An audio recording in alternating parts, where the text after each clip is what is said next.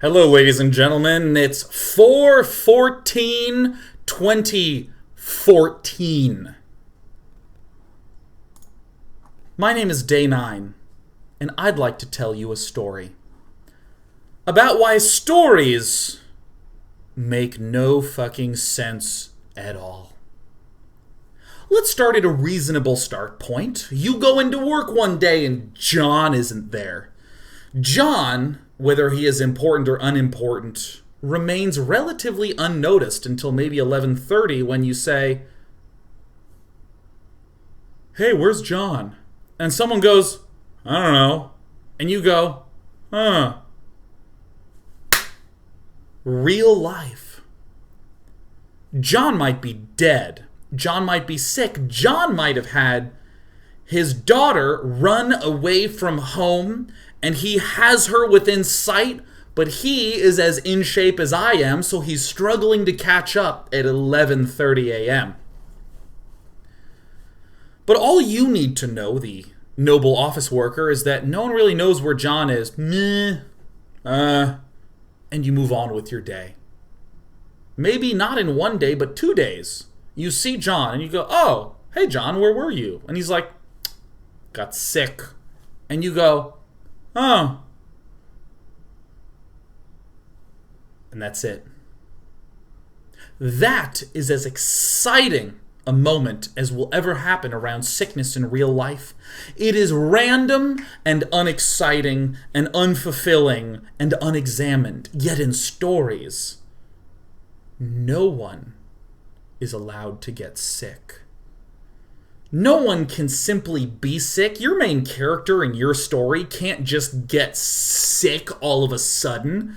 Jack Bauer in 24 can't be like, "Oh, dude, I'm sorry, my tummy. I think I might have food poisoning. I'm going to sit out, take care of the bomb that's going to destroy America." It'll never happen. Because stories need to make more sense than real life to even be believed in the first place. Here's what you got to do in a story. Your main character, a tough detective by the name of Chuck Buckwheat, is investigating 3 prime ministers taken out with ninja stars by Lake Michigan. All 3 of them lined up neatly. As he's investigating the murder, snow is raining down. He has only a t-shirt and jeans, and there's someone standing next to him, some gorgeous woman by the name of Felicity. And Felicity says, "Oh, Chuck, you might catch a cold." And he goes, "A murder is not going to wait for a detective to get a jacket. Something wry and cool and tough." And then in the next scene, it's going to show him being chased through an alley in the middle of the night from his bedroom where he was trying to get some shut-eye. Oh! He shows up to the office, to the police station at 7 a.m. "I almost died last night. Give me a double espresso." Felicity's there. "Oh, Chuck Steeldick," or whatever his name was, "you have to take a nap." And he's like, "The murder is not going to stop for a sleepy man." And everyone watching is going, "Oh my God." And the third culminating scene has Chuck Steak Flank. I wish I had his name written down.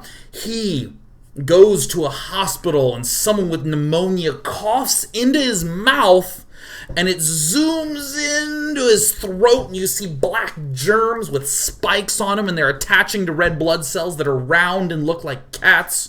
And you go, "Ah!" And Felicity says, Chuck,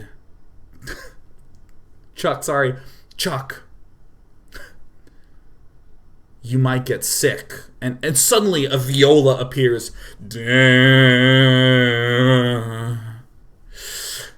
"There's a murderer on the loose, Felicity. There's no time." And when he gets sick, meaning must come out of it. It can't be him saying, "Oh, dude, Felicity, I'm roasted. I'm just going to stay at home today." No, it has to be in the middle of the biggest blizzard that Lake Michigan has ever seen, with lightning and hail in front of an oil refinery on fire with a gun that he's vomited onto because he's sick and it's unclear whether or not it's jammed. Illness must have meaning in a story. And this annoys me. This deeply annoys me that this logic has to exist. And if for some reason he just gets sick, if Tyrion Lannister in Game of Thrones just doesn't show up and they're like, oh, he's sick, everyone's going to be like, what did those shitty writers do to my favorite character? They need to learn how to write a story. The internal logic has to be there. There needs to be too much information to simply have it be believed. This internal logic means things like no one goes to the bathroom in stories. Except for maybe Leonardo DiCaprio. Watch the previous story. No one goes to the bathroom. Not at all. At no point in time in the 24-hour representation of a season of 24 does Jack Bauer use the bathroom. That's dangerous. He might have blood in his stool and no one's ever going to know, because what stool would contribute meaningfully to the story? I want to see that episode where no one can find Jack Bauer and he comes out at the 45-minute mark and everyone's like, where on earth were you? And he's like, sorry, I had to go. And then I started to read Reddit, and I don't know, I lost track of time. My leg's asleep. Wherever we need to go, can we walk sort of slowly? It's going to be a little hard for me. That's real. That speaks to reality. That's the story of Sean twice a week minimum. Fundamentally, stories make no sense. Fundamentally, nothing aligns with the way it should in reality. Fundamentally, there are rules that you follow to generate conflict. For instance, my favorite. When I tell you this, you're not going to be able to watch a story ever again. Oh my God, you're never going to be able to do it without seeing this. Everything in dialogue is spoken obliquely. Oblique dialogue is at the heart of conflict. Here is an example of non-oblique dialogue. Hey, Sean, I need to borrow your laptop. There's some files on it I want to examine. To which I reply, all right, let me type in the password for you. And said protagonist says, oh, thanks. It's not oblique, it's direct. People are talking to each other. But in a story, no. No, certainly not. No such thing would generate conflict. It has to go down something like this. Sean, can I borrow your computer? There's some files I need to see. And then all of a sudden, I look askance. I cross my arms and put my finger on my thumb and say something like, Jack, you seem to be concerned with things other than the work you need to get done. What the fuck should be his answer? But in a story, no such WTFs are spaketh. Instead, the person says something like, oh really? You seem to have something to hide, Mr. Plot. To which I say something like, Jerky, I don't remember what his name was, Jebediah. This is going to be as hard as easy as you want. At which point he says something like, power like this is not a game, Sean. And we just keep going, just talking in like this. Like, what? Who does this? The general captures the journalist, and the journalist says, so you're now capturing journalists? And the general says, we're ready to make a deal. And he says something like, I'm here to find facts, not deals. And the other guy says, tell me what facts would make this easy for both of us. No one talks like that. I honestly think that, like, the vast majority of issues in every story could be resolved so fast if everyone was just reasonable with each other. If someone was like, look, I want a story, and the general's like, if we did that, terrorists would bomb America. And the journalist is like, oh shit, I don't want anyone to bomb America. And the general's like, I know, right? And they're like, And the general's like, look, you got a job, you got a right, you have a kid, right? And it's like, yeah, the kid failed 3rd grade. That seems impossible. And the general's like, look, I'll help your daughter get through 3rd grade. I just want everyone to be happy. And then they hug, and it's like, don't worry about it. I'm going to get a Coke. Easy. Not a problem. And you know what? What's crazy to me is that even if you go to a fan of said story and you say something like,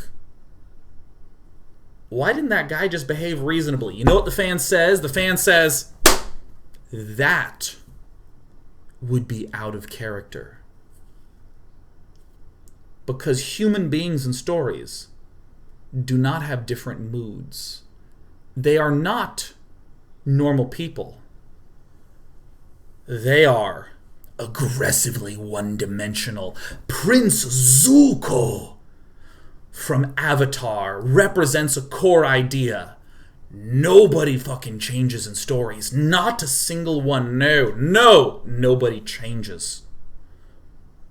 But if they do, Prince Zuko with his single dimension can become someone with a 2nd dimension, which will totally give me like a 3rd dimension right now. You know what I'm saying? Oh my god, the character did a single change. Oh my god. Oh. It might be cold in here, and my nipples might be very hard. And one of those two things is true. A single change. Prince Zuko will undergo one change in the story. Were he to be kind-hearted and reasonable and helpful, no. That would violate his single dimension beforehand. Now, in real life, I want you to imagine in college, everyone's pretty friendly and everything's great. Everything's going just fine. And then all of a sudden, Roger shows up to the lunch table and he's grumpy. And people are like, what's wrong with Roger? And they're like, I don't know, I guess he had a bad day. And everyone goes, meh. And the next day, Roger's chirpy as usual. And they're like, oh, I guess whatever happened to Roger is fine. You would never do that. You would never give such credit. Imagine if Tyrion Lannister from Game of Thrones, humorous, witty, the god of tits and wine. Imagine if for an episode, he just said jokes that were not funny. Here's something that no one would ever do in the world. No one would ever say, well, yeah, it's hard to be funny all the time. He's just having an off day. Maybe he missed coffee. If you work out, your brain can sometimes function better, and then you can think of jokes more easily. He should meditate. He should just get a stack of eggplants and eat them. Watch the other story. No one would ever say that. You know what people would say? You know what they would say? They would say, what did that shitty writer do to my character? Now, I seem to be getting unnecessarily passionate about this particular subject of how things work in reality versus in stories. But the reason I have a certain amount of feelings behind this is that, and here we go,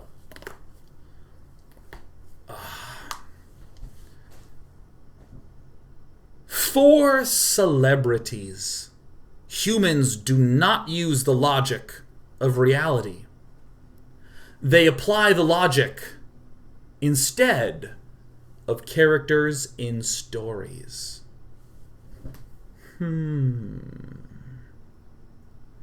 Now let's talk about me for a moment. I am not a huge deal. I am semi-notable in the gaming circuit. And this comes to bite me in the ass in the ways that make no sense ever. It is so weird. The things that happen, the stories that get constructed. Is Sean having a bad day? Yeah, not a big deal. Has never happened to me in my life. Here's an example. Once upon a time, I tuned into day 9. He was being silly and mischievous. His eyes were red, and then I realized he must be high or drunk because he's silly. I've seen the evidence for it. I would not behave in such a way. Sean must light up and smoke all the weeds because of his red eyes. Now, I'm going to show you something really interesting.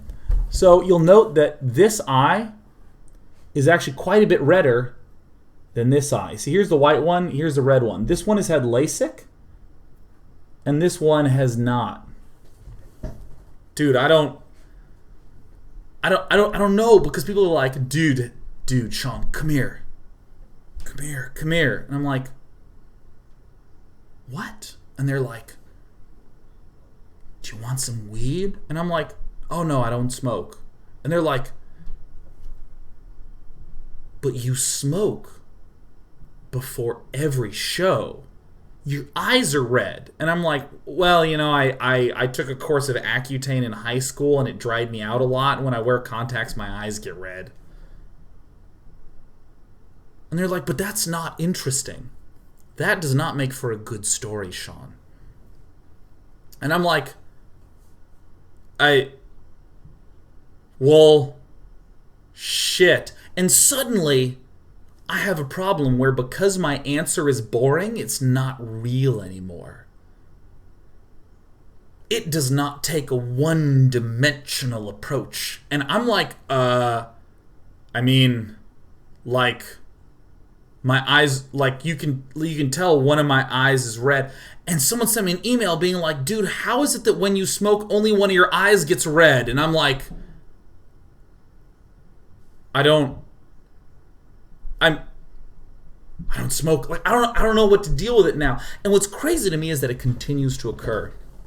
Here's an example. Here's something that's happened to me more times than I can count on both hands and both feet. Once upon a time, I was at an MLG event doing a little bit of Starcraft casting. And it's in a break where I have a little bit of a break, maybe 5-10 minutes. And someone stops me and goes, dude, day 9. And I look at him and I'm like, oh, hi. And he goes, listen, Felicia day 9, you're dating her, aren't you? And I look to the left, and there's a troop of like 5 to 6 16-year-olds, and they're all going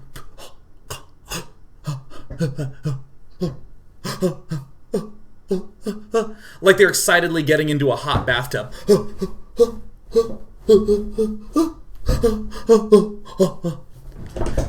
And I said to him something that no character from a TV show would ever say, no character from a George R.R. Martin novel, no movie directed by Darren Aronofsky would say. I looked at him and I went, what? And he says, dude, Felicia, day 9? I mean, it makes sense. You guys are together, aren't you?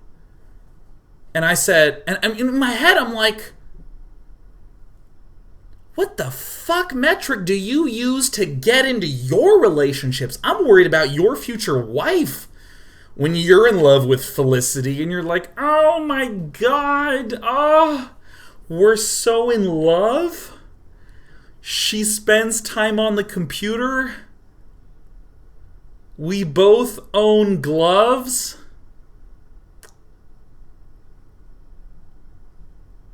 We're in love. Like, what am I supposed to make it that? So I'm in this moment where I'm looking at this guy in the face. And he's like, so, you guys are together, aren't you?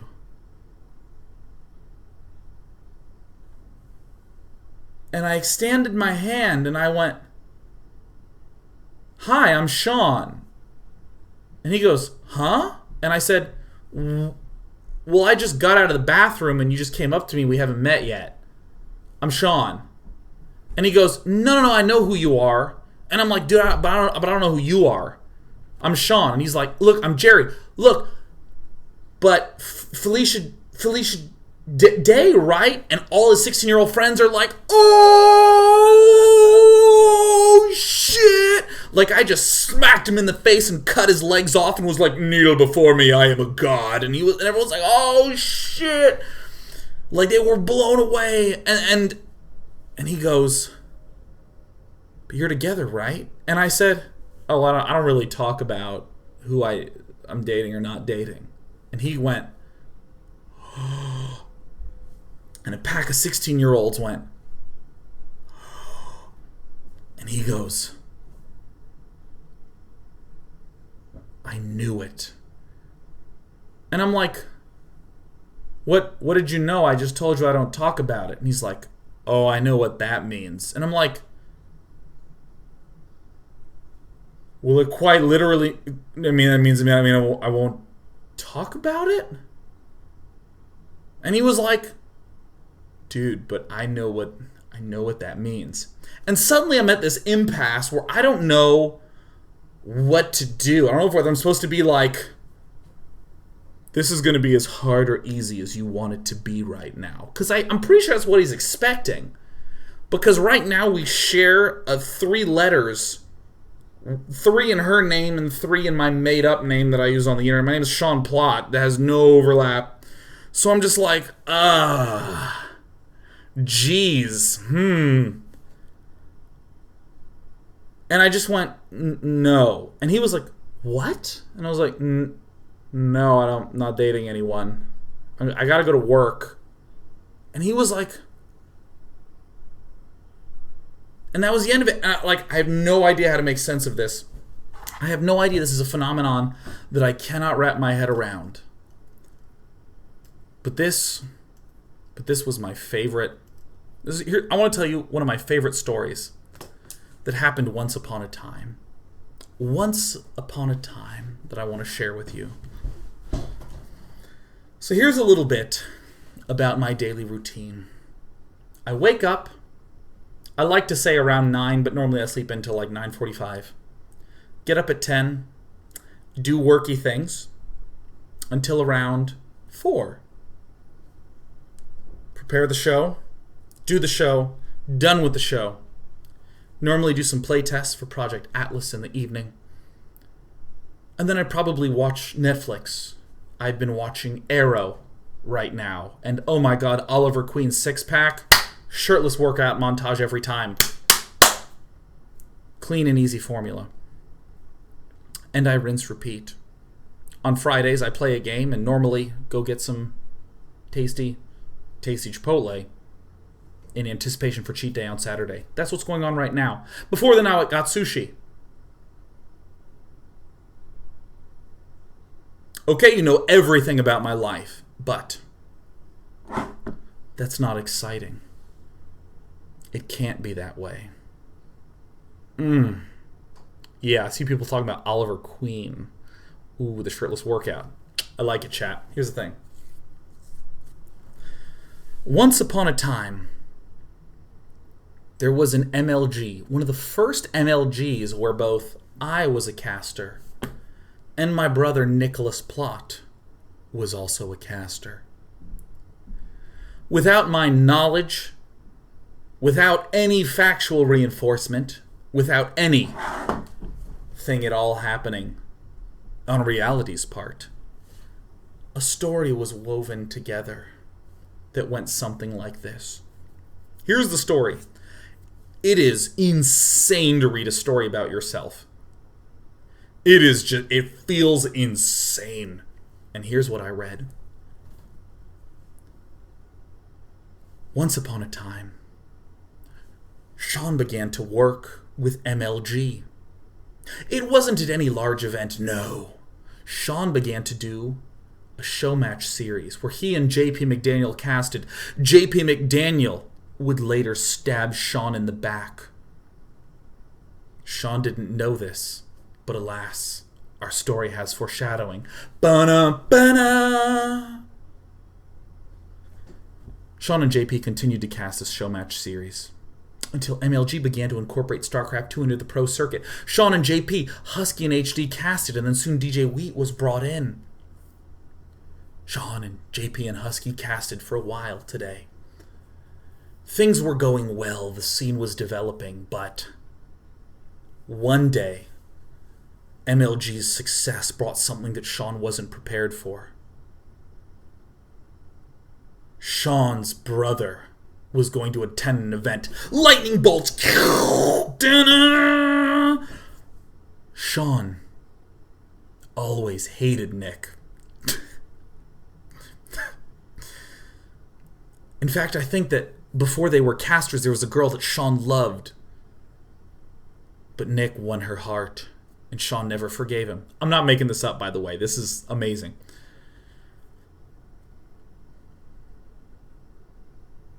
And Sean always knew that Nick was his greatest competition.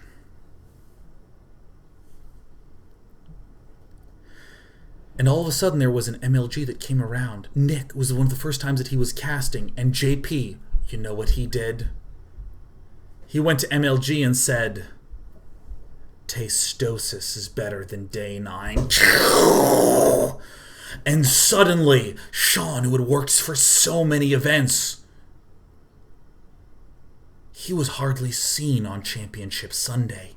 Tastosis opened it, Tastosis closed it out. It was an uncanny betrayal. Sean was livid. You could see it in his tweets.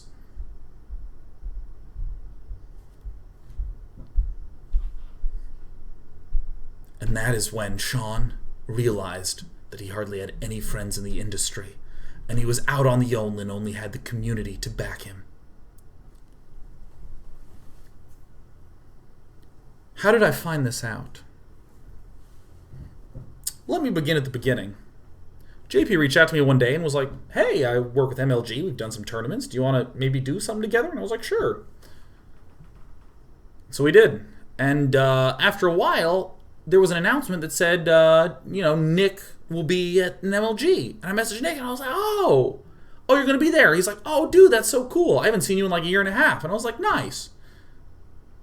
So I'm at MLG and we sort of do the event, and it's Sunday night afterwards, and someone comes to me, and he is not alone. He's got a posse. And he says, "Dana, come here. He brings me over. And I'm like, "Hey, what's up? I'm Sean." He meets me. Already amazing. Meets me and says, "I want you to know, I think it's really fucked up what JP and your brother did to you. And I want you to know this, I'm just like, what? I'm suddenly worried that JP and Nick did something to me, and I don't even know." I'm like, "Wait, what?" It's like, "Dude, it's really fucked up what happened there." And this posse goes, yeah. And I go, "Wait, what?" And he's like, "Dude, I know you and your brother. I mean, especially with the girl and all, there's a lot of tension there. And, you've been with MLG since the start. And I want you to know, I really think that you deserved more time on air. And I want you to know, I'm going to follow you till the end of time, and that's bullshit what happened to you. I can't believe that everyone was in on it and just cut you out for nothing." And I'm like, "Wait, that's not what happened." And all of a sudden, his bros that are just sitting there, they're looking at their drinks, they're just doing a lot of this, wistfully looking at shoes. They turn to me. And they go, "Huh?" And their leader goes, "What?" And I go, "Wait, what do you think happened?" And he's like, "You and your brother have always been rivals in StarCraft competition, in casting, and even in romance. And it's culminated at this event where JP stabbed you in the back and told MLG to get Nick in there. and stripped away all your airtime. I can't believe that happened. And I was like, none of that happened. And his eyebrows did this, and he goes, wait, what happened? And I went, I had diarrhea. And he goes, ew, what? And I was like, yeah, I didn't cast on Sunday. Because on Saturday, I ate a large enchilada, and then I ate another large enchilada, and then I had gummy bears and Pop Rocks with Perrier and a beer. And he's like, wait. And I was like, yeah, I had to call Ryan on Sunday morning. He's a stream director, and be like, hey, I feel like I'm pooping lava. So can Nick just do the casting? And Ryan, let me ask, hey, Nick, can you fill in for your brother? And Nick went, oh, yeah, sure. And Ryan's like, yeah, you're good. And I was like, okay. And the most amazing thing happened to me in that moment. The most amazing thing. He looked at me and said, well, it's still fucking bullshit. And I had no idea what to do. And thusly, JP and I play this wonderful game every now and again called Do You Know What I Heard? And the way it works is that one of us begins by saying, you know what I heard? And no matter what that person says, the other person says, that's what I heard. That is the greatest game ever. You know what I heard? Artosis was streaming Hearthstone, and he lost a game and bought a submarine and launched a torpedo at Wisconsin, because that's the state that guy lived in. And I was like, oh, that's what I heard. And thusly, you see now that with stories, things must have an epic dramatic arc. There must be villains and heroes. But at the end of the day, the people that you know and watch on various things, every now and again, simply have diarrhea. I hope that you will continue to watch all the wonderful folks that you follow, and keep in mind that they are, in fact, a human being, embedded in reality, and in no such silly stories.